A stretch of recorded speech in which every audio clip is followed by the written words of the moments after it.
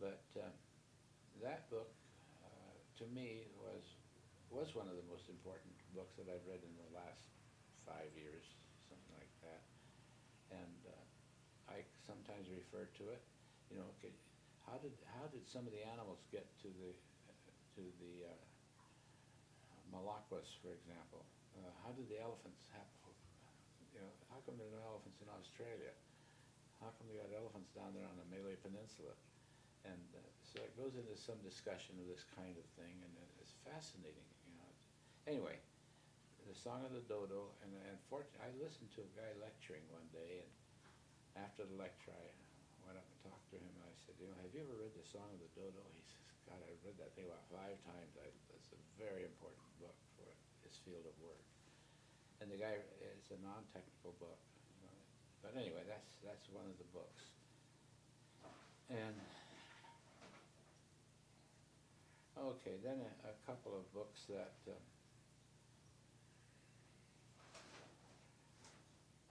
I mentioned this book to you before, and that's A Long Walk to Freedom by Mandela. And the thing that comes through there is the willingness of this one man to sacrifice everything that he could for the sake of an objective, which that's setting the blacks to rule themselves and to speak for themselves. And anyway, I've listed that because I think that's an important book. To me it is, at least, maybe because he tells a story that I like. I didn't mention any mountaineering. Well, I mentioned one mountaineering book in here. Now another book that I listened to the tape of this, and I don't know that it would hit this list very regularly, maybe not. It's called The Lords of Saipan. Lords of Saipan. That's a Peruvian burial ground. And it tells the adventures of this archaeologist, a native by the name of Alva, who's gotten his doctor's degree, and he goes in and he does this exploration, extracts things from it. And I listened first to the tape, and then Ruth listened to the tape. And we were both captivated by the story, so then I checked out the book. I could read some of it. I could look up certain things. I could see pictures of these things. Excuse me. And anyway, that's one of them that I listed here. And Alva, A-L-V-A, I think is the author. And the last one I just wrote down because I was listening to it last night, and I thought that's a pretty important book. I was listening to tape, but this is a book that Ruth read aloud to me about a year ago, The Lexus and the Olive Tree, and you read that. And you know what I think is important there is, you know, I can talk about the making of the modern age and the big turning points. The modern age was brought on about the end of the 16th century, and you can look at certain specific events. You know, Magellan sailed around the world.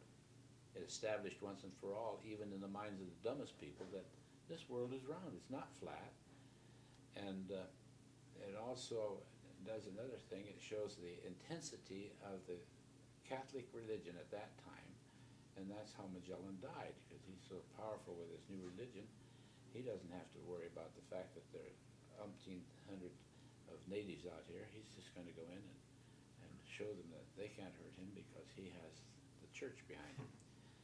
So there's exploration. Exploration is important, but also along the same time came a lot of scientific things. Newton, you know, you could go to any book and list what are the main factors that affected the coming of the modern age. Taken together, it had to do with the society, and now you're getting into revolutions in America and in France, and people are beginning to test the authority of the churches. That goes back a little bit earlier, but nevertheless, you got a whole bunch of these phenomena that are really creating a different world, and what we call the modern age.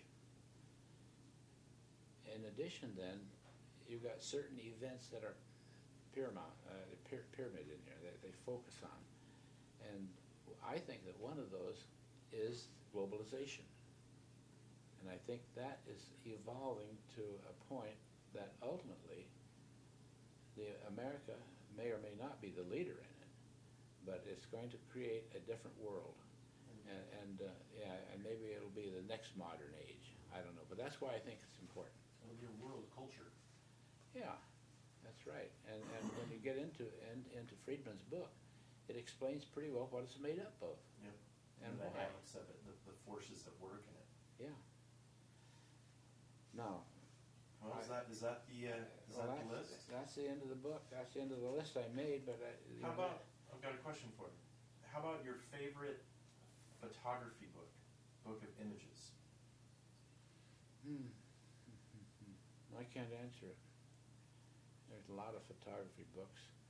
A lot of books that I gain certain things from just looking at the pictures. And some are instructional, and I can't answer that. But yeah, I couldn't answer that. You know, there are a lot of. In fact, you know, sometimes I like a book because of the attitude that's portrayed by the author. Mm-hmm. Another time, I like a book because it's got the best pictures in it.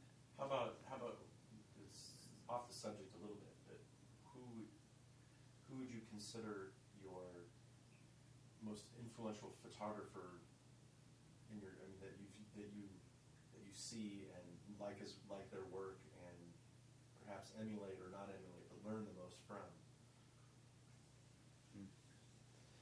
You know, problem with that is that there are some books that you can immediately call to mind. Well, let's not think about it as books, just photographers. Just yeah, but I mean, what I'm saying is that you think of these photographers, they come to mind because they have printed books, and you say, hey, for portrait, you know, Karsh was a great. And yet, you know, if I were to say, well, where would you rank him in terms of today's impact? It probably wouldn't be that high. How about again, not so much in terms of society, but your personal attachment to? Yeah. Not the most important society, but something that you relate. What's in a personal way? We can save some of these questions too for next time. If this is. Oh yeah. Well, I don't know. You know, I think of some of the photographers that have visited me here. And then I start getting the personality and the photographs all wound together. That's great. And so it's hard to sort it out and say, well, you know, I've taken some photographic lessons, a workshop, when Art Wolf and I alone went around in my truck and we did a photographic workshop. They had a couple of other people in it, but they were in another car. So I spent the whole day with Art Wolf. And he, to my mind, is a great photographer. He's also a very sinful photographer because he uses a computer to expand and multiply his photo objectives. And I also know that he puts some birds on a bush to create a picture that didn't belong there. You know, they were a baby, they couldn't hang it, they wouldn't climb out themselves. So, as an ethical person, I think he lacks it's a different point of view from what mine would be. I'm not saying he's right or wrong, I'm just saying it's different. And if the objective is to make money, he's learned how to do that. You know, it's the, was it Hurley, the photographer on the Endurance? Yeah? Boy, that guy was... The story, yeah, he did the same thing. He scratched out the one of the boats on put a different name on it. Put a different name. He said it was the rescue ship. Yeah. When it was really the launching when Shackleton was leaving. Yeah. Incidentally, I'd have to say that amongst the books, the greatest adventure story that I ever remember reading was The Endurance. Now, I mentioned that there was a different author that wrote the story. What was his name? Thought of it a while back and I've forgotten it. But that was a volume that came out about 10 years or 15 years before The Endurance. Before this one did. But nevertheless, that's the most exciting story, adventure story I ever read. Now, I've read of people having narrow escapes, like one of the real adventure stories, and has a certain element of pathos in it, is what do you call it? I can think of it. I could walk over to the library and pick it up, but can't think of it off the hand. But a lot of climbing stories are very exciting, you know. Well, we should maybe wrap this up so Grandma can do the dishes. Yeah, let her do the dishes. Oh, I wanted to, before you wrap it up, I wanted to show you a book that somebody gave me, The Measure of a Mountain. And I've read about so far, and so far it's a pretty terrific book. I don't know that I listed among the 10 most important. But anyway, I just wanted to mention that to you. Bruce Barcott. Done.